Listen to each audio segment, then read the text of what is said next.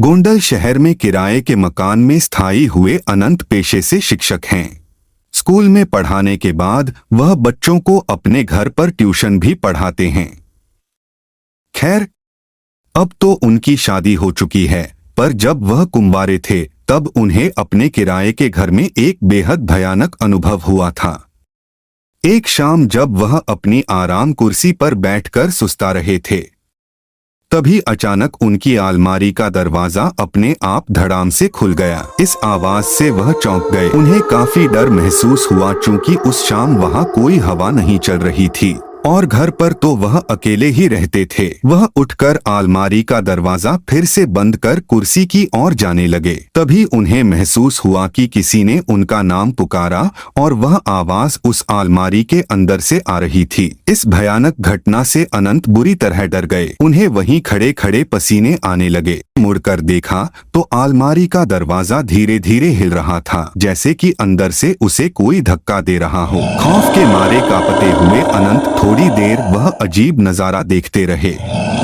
तभी अचानक अलमारी से गाढ़ा काला धुआं बाहर आने लगा। यह सब पारलौकिक घटनाएं देखकर अनंत की चीख निकल गई। अनंत दौड़कर घर के बाहर आ गए और सारी बातें अपने पड़ोसियों को बताने लगे। अनंत के पड़ोसी उनके साथ घर में दाखिल हुए और उन सब ने वहां जो भी देखा उसे देखकर सबके होश उड़ गए। कमरे की छत पूरी तरह से काली पड़ चुकी थी। अलमारी के दोनों दरवाजे उखड़े हुए थे और सारा सामान नीचे जमीन पर बिखरा हुआ था। लोग कुछ समझ पाते इससे पहले ही वहां रखी अलमारी धड़ाम से जमीन पर आ गिरी। अनंत के साथ साथ अब सभी लोग इस भूता अनुभव से घबरा गए और बाहर की तरफ भागे। कुछ लोगों को भागते भागते एक चीख सुनाई दी, चले जाओ सब, पर किसी ने पीछे मुड़कर देखने की हिम्मत नहीं की। इस खौफनाक अनुभव के कारण अनंत बुरी तरह बीमार पड़ गए और कुछ दिन के लिए अपने गांव पर अपने माता पिता के पास लौट गए। जब वो गोंडल वापस लौटे तो कभी उस घर में वापस नहीं गए